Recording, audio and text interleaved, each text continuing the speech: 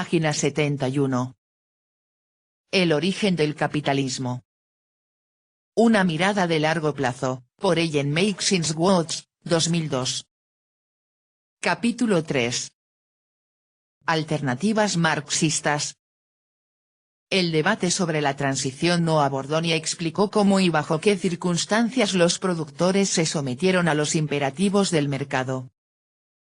Siempre parecía partir del supuesto de que la emergencia del capitalismo fue fruto de la eliminación de los obstáculos que impedían la materialización de las oportunidades del mercado.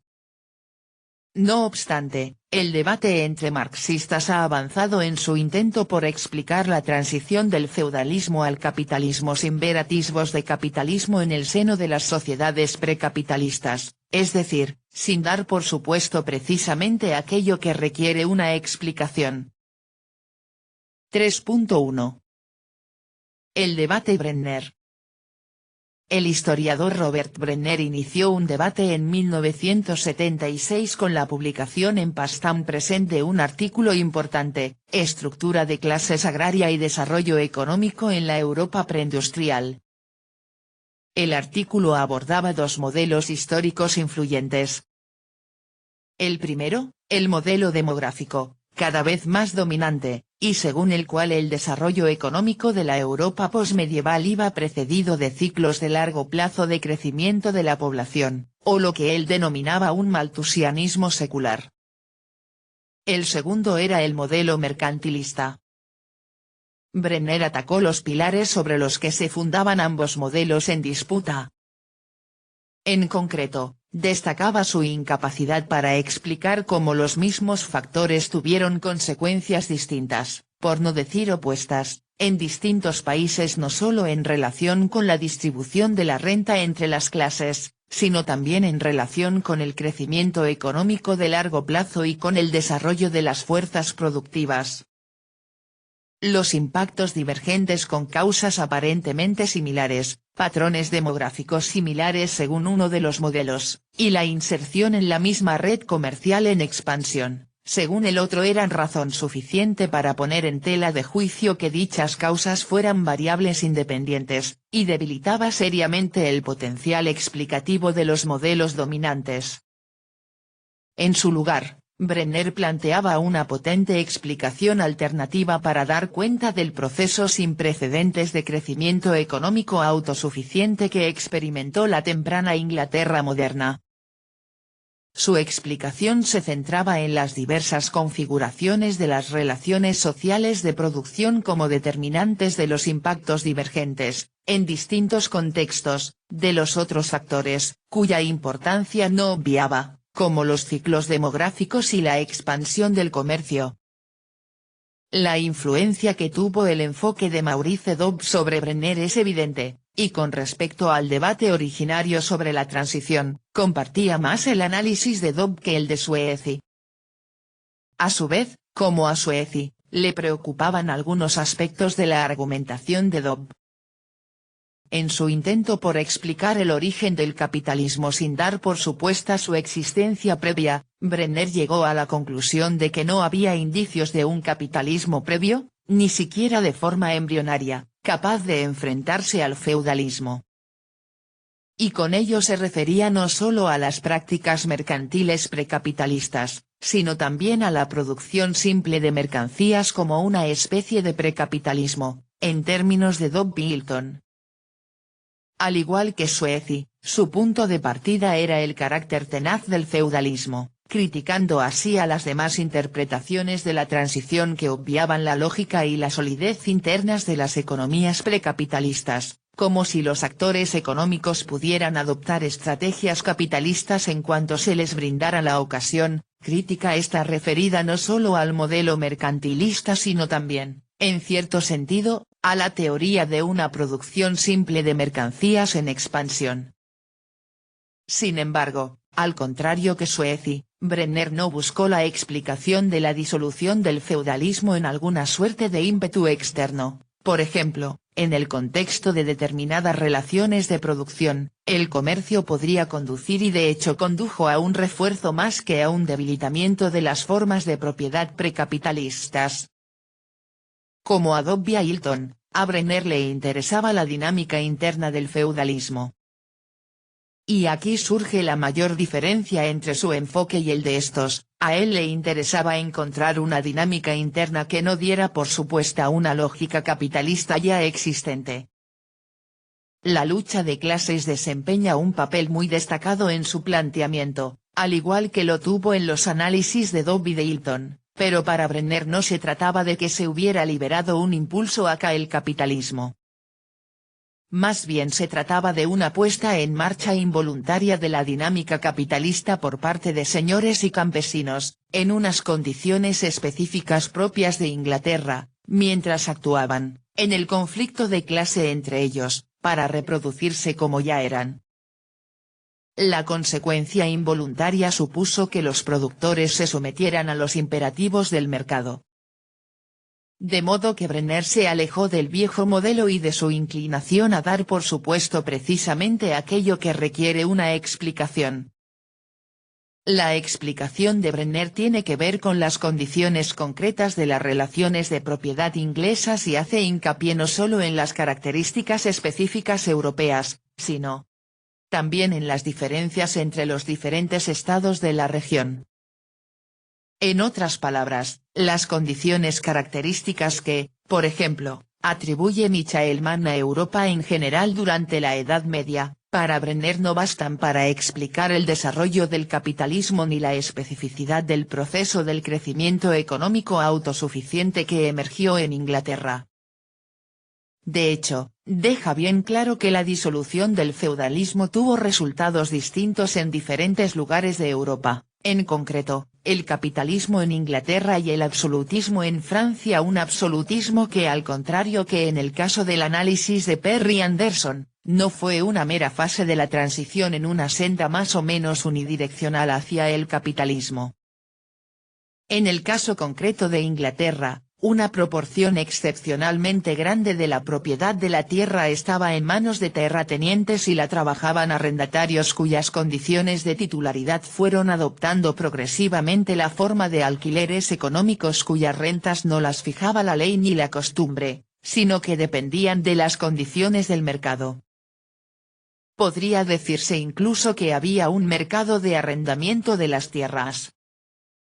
Las condiciones de titularidad eran tales que un número creciente de arrendatarios estaban a merced de los imperativos del mercado, es decir, no tenían la oportunidad de producir para el mercado y pasar de ser pequeños productores a capitalistas, sino que tenían la necesidad de especializarse en el mercado y de producir con criterios de competitividad, tan solo para tener garantizado el acceso a los medios de subsistencia y a la tierra en sí.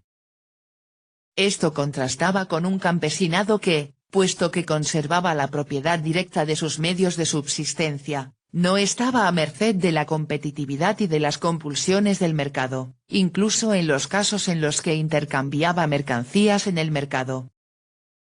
Al mismo tiempo, la posición de los terratenientes ingleses también era única. Controlaban una proporción inusitadamente grande de las mejores tierras, pero no contaban y tampoco es que lo necesitaran verdaderamente, con los poderes extraeconómicos de los que dependía, por ejemplo, la aristocracia francesa para obtener buena parte de su riqueza. La clase dirigente inglesa destacaba por su creciente dependencia de la productividad de los arrendatarios, más que de su capacidad para ejercer el suficiente poder coercitivo para exprimirles y obtener su excedente. En otras palabras, las relaciones de producción británicas tenían, en palabras de Brenner, sus propias y características reglas de reproducción.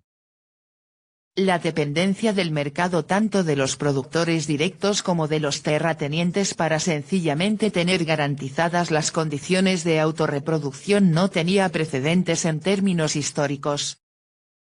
Estas reglas generaron sus propias y peculiares leyes de movimiento. El resultado supuso la puesta en marcha de una dinámica histórica, una ruptura sin precedentes con los viejos ciclos malthusianos, un proceso de desarrollo autosuficiente, nuevas exigencias competitivas con su propio impacto en la necesidad de aumentar la productividad, reconfigurar y concentrar aún más la propiedad de la tierra, etc. Esta nueva dinámica se denomina capitalismo agrario, se abordará en mayor profundidad en la segunda parte del libro, y fue específico de Inglaterra. Si bien es cierto que Dow y Milton influyeron en el análisis de Brenner, las diferencias entre ellos deberían resultar ya evidentes. El principio clave de su argumentación es el elemento compulsivo o imperativo, y no el de la oportunidad. Si, por ejemplo, el pequeño propietario productor de mercancías o yeoman desempeñó en este sentido un papel fundamental, no es porque fuera un agente capaz de aprovechar una oportunidad, sino porque estaba sometido a un imperativo. Estos pequeños propietarios rurales tendieron a ser los típicos arrendatarios capitalistas sometidos a las presiones de la competitividad.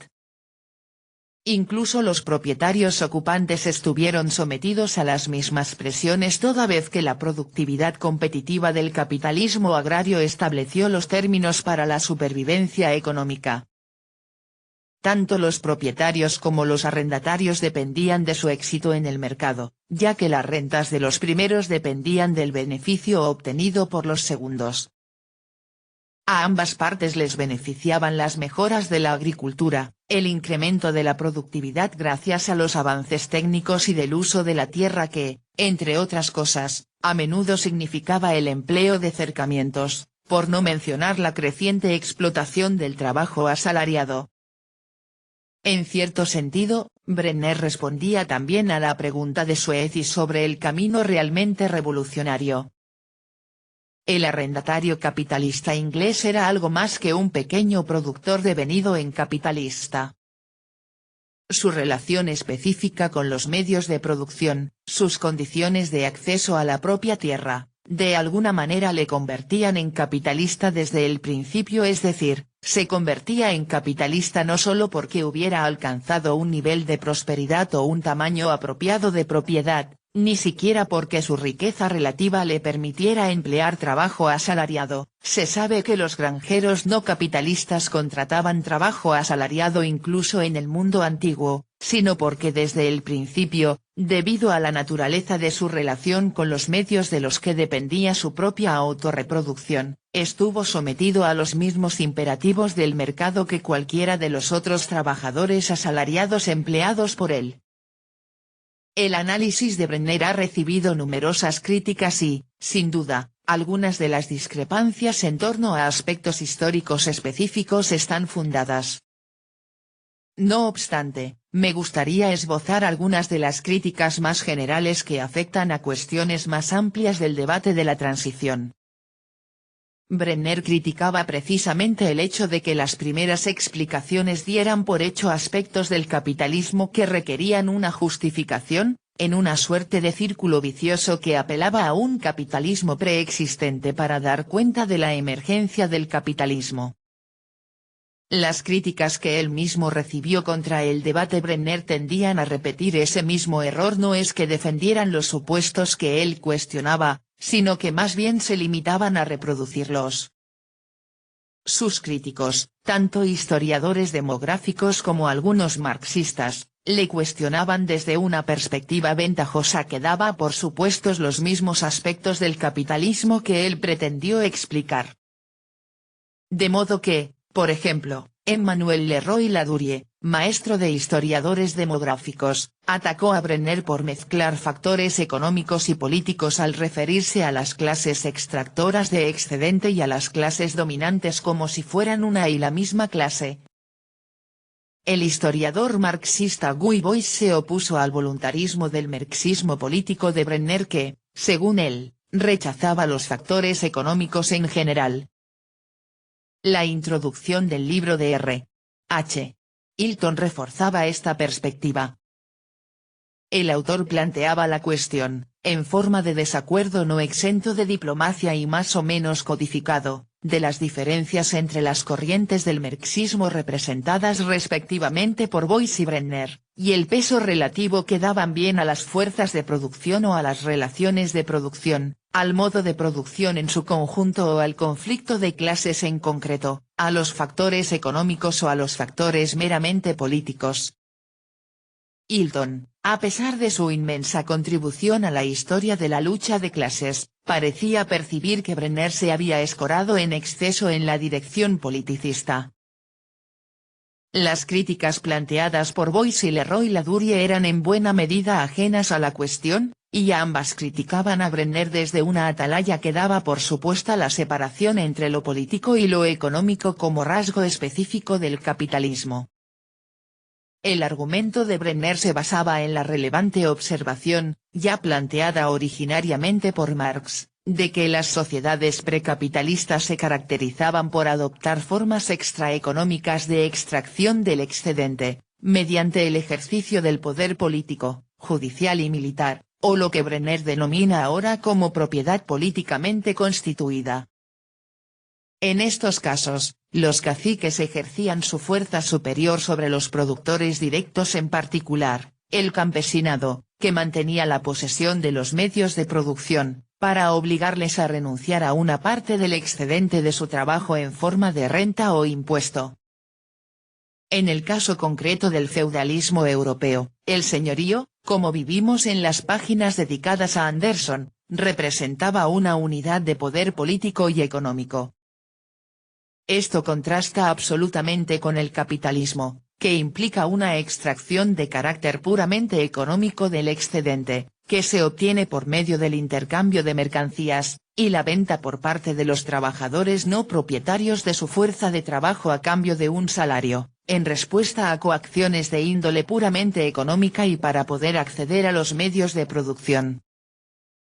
Brenner, siguiendo este planteamiento hasta su conclusión lógica, no estaba mezclando de forma simplista, como planteaba Leroy-Ladurie, factores económicos y políticos ni, como defendía Boyce, estaba privilegiando los factores políticos frente a los factores económicos en su explicación de la transición del feudalismo. Por el contrario, ahondaba en las consecuencias de la fusión entre lo económico y lo político, de la unidad de las clases extractoras de excedente y las clases dominantes, lo cual era precisamente un rasgo constitutivo del modo de producción feudal. Tampoco era una cuestión de obviar las fuerzas técnicas de producción. Sencillamente, Brenner explicaba la diferencia fundamental existente entre el modo de apropiación capitalista, que depende del incremento de la productividad del trabajo dados los imperativos de la competitividad y de la maximización del beneficio y que por tanto, fomenta la mejora de las fuerzas productivas, y los modos de apropiación precapitalistas carentes de tales imperativos. No se guiaban por la misma necesidad de incrementar la productividad del trabajo, dado que la apropiación del excedente por parte de las clases dominantes no dependía del incremento de la productividad de los productores directos, sino del mayor poder coercitivo del explotador a la hora de extraer más excedente del trabajo de los productores. Por lo tanto, las cuestiones principales que planteaba Brenner eran las siguientes: cómo se sustituyeron en Inglaterra las viejas formas de propiedad políticamente constituida por una forma puramente económica, y cómo puso esto en marcha una pauta distintiva de desarrollo económico autosuficiente. Desde que se planteara el debate Brenner han surgido otra serie de críticas. Por una parte, la crítica general a la idea misma de que en los siglos XVII e incluso XVIII en Inglaterra las relaciones agrarias fueran lo suficientemente peculiares como para constituir un capitalismo agrario. Son dos los argumentos contrarios a esta idea de la existencia de un capitalismo agrario. Una tiene que ver con poner en tela de juicio precisamente que el crecimiento económico en Inglaterra fuera verdaderamente distintivo, en concreto, si fue verdaderamente distintiva la agricultura inglesa incluso en el siglo XVIII, y si lo fue su tendencia a incrementar la productividad. ¿Por qué entonces, han llegado a plantear otros críticos, la productividad agrícola francesa fue más o menos equivalente a lo largo de ese siglo? La segunda objeción tiene que ver con el trabajo asalariado. Si el capitalismo se define, principalmente, por la explotación del trabajo asalariado, ¿acaso no es eso suficiente para desbaratar el concepto del capitalismo agrario, o al menos que se produjera en el siglo XVII, plantearían algunos críticos, dado que el trabajo asalariado no predominaba en la sociedad inglesa de la época, y que los trabajadores asalariados estables y permanentes eran muy minoritarios entonces. Y con respecto al proceso de expropiación y proletarización del campesinado inglés, y la diferenciación entre granjeros prósperos, por un lado, y los desposeídos, por otro. ¿Acaso no pertenecen estos procesos a la prehistoria del capitalismo? La primera objeción aquí planteada, sobre la productividad agrícola en Francia, no da en el clavo precisamente. Por lo visto, estos críticos consideran que la producción agrícola francesa en el siglo XVIII logró obtener una producción total o una productividad de la tierra más o menos equivalente a la de la agricultura inglesa. Sin embargo, hay que tener en cuenta que en Inglaterra fueron necesarias menos personas que en Francia para obtener los mismos resultados, de modo que, por ejemplo, Inglaterra pudo alimentar a una población urbana proporcionalmente mayor con un número inferior de personas implicadas en la producción agrícola. Esto significa que la llamada equivalencia de la productividad francesa e inglesa, lejos de cuestionar las peculiaridades de las relaciones de propiedad en Inglaterra y el capitalismo agrario, las confirma. Esas mismas condiciones concretas propiciaron la creación de una potencial fuerza de trabajo no agrícola y un mercado de masas para las necesidades más básicas y productos de consumo más baratos, ambas condiciones indispensables para el desarrollo del capitalismo industrial. Y con respecto a la otra cuestión relativa al trabajo asalariado, ¿qué repercusión tuvo sobre el enfoque de Brenner? Aquí no solo nos enfrentamos a un problema empírico. Podemos compartir la idea de que en la temprana Inglaterra moderna el trabajo asalariado fuera escaso, sobre todo en forma de trabajo estable o fijo, y no ocasional o estacional. Estaríamos también de acuerdo en que los procesos de expropiación y proletarización han sido, por definición, absolutamente fundamentales en la historia del capitalismo. No obstante, aquí nos encontramos con un appetitio principii, y de nuevo Brenner se propone explicar aspectos que otros daban por sentados. Brenner no parte de la idea de que la división preexistente entre el campesinado rico y el pobre, presente en otros tiempos y lugares, conduzca inevitablemente a la polarización entre agricultores ricos y trabajadores desposeídos. Por ejemplo, a finales del siglo XV, existía un campesinado medio propietario de una extensión de tierra relativamente grande, tanto en Inglaterra como en Francia. Y cabría añadir en este punto que incluso en el siglo XVI, la productividad agrícola no era aún claramente distinta en ambos casos. No obstante, aun coincidiendo en el punto de partida, tomaron rumbos históricos sustancialmente distintos, los franceses, hacia una parcelación de las propiedades del campesinado, y los ingleses hacia la tríada agraria de señores, arrendatarios capitalistas y trabajadores asalariados, los ingleses hacia un mayor rendimiento agrícola, y los franceses hacia el estancamiento.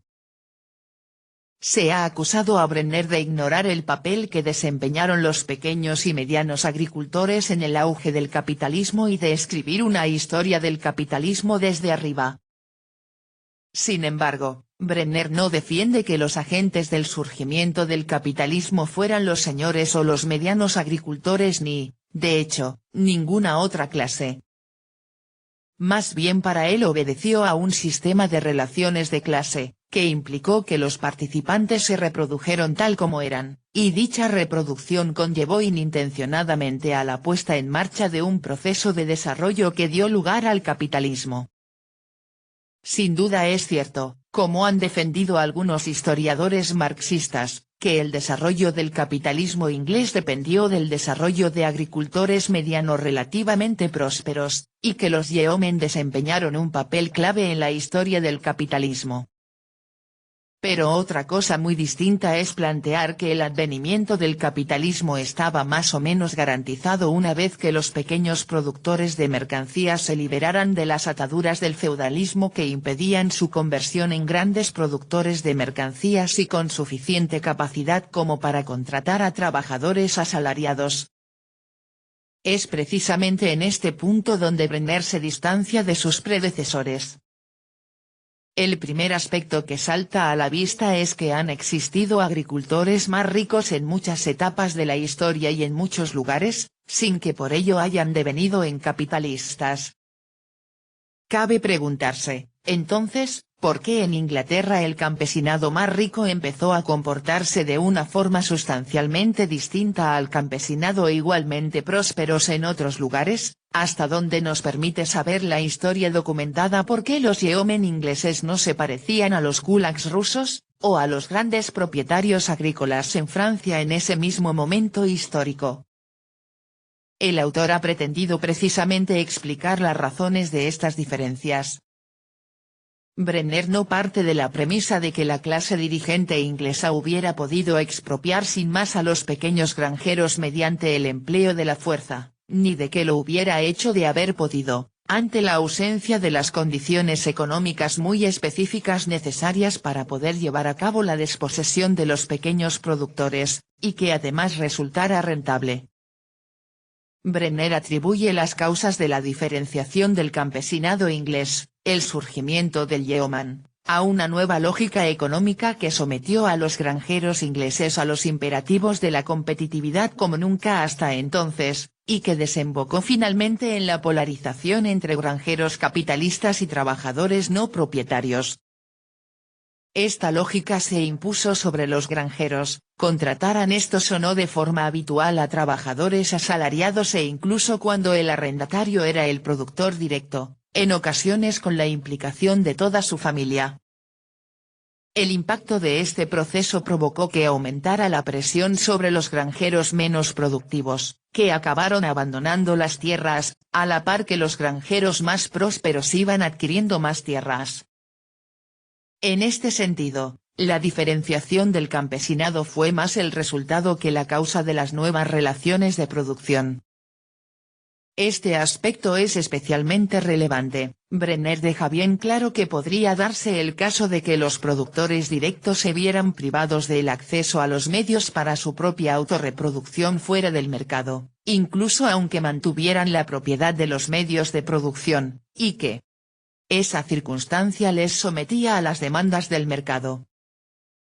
Insistiremos en las diferencias indispensables que hemos planteado aquí. El campesinado de otros lugares y en otros momentos históricos, se habían servido de las oportunidades del mercado, pero el campesinado inglés destacaba por su grado de sometimientos a los imperativos del mercado. Brenner se propuso explicar cómo y por qué se produjo esta tendencia, cómo se privó a los productores del acceso fuera del mercado a los medios para su autorreproducción e incluso a la propia tierra, cómo las formas de explotación señoriales pasaron de ser una extracción extraeconómica del excedente a la apropiación de las rentas capitalistas, como tanto los propietarios de la tierra como sus arrendatarios se vieron obligados a moverse en función de los imperativos de la competitividad, y cómo se les facilitó el camino para ello, cómo las nuevas formas de apropiación daban pie a nuevas compulsiones y cómo esas compulsiones fueron condicionantes de la diferenciación y en gran medida la desposesión del campesinado. Tanto las presiones puramente económicas de la competitividad como otras formas más directas de coacción por parte de los propietarios que habían desarrollado un nuevo interés económico por propiedades más grandes y concentradas propiciaron esas dinámicas. La masa de proletariado tuvo lugar al final y no al principio del proceso.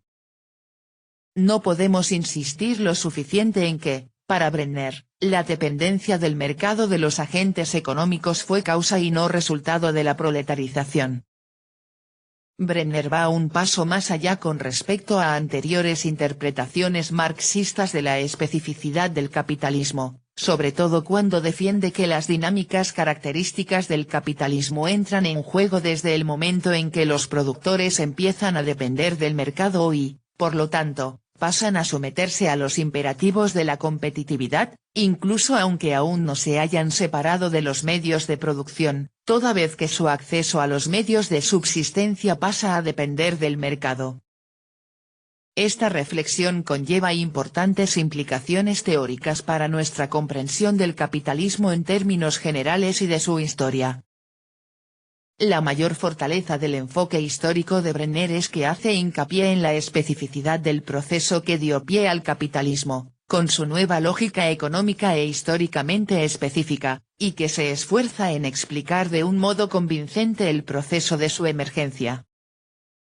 Muchos historiadores afirman haber dado con la explicación de la transición del feudalismo al capitalismo.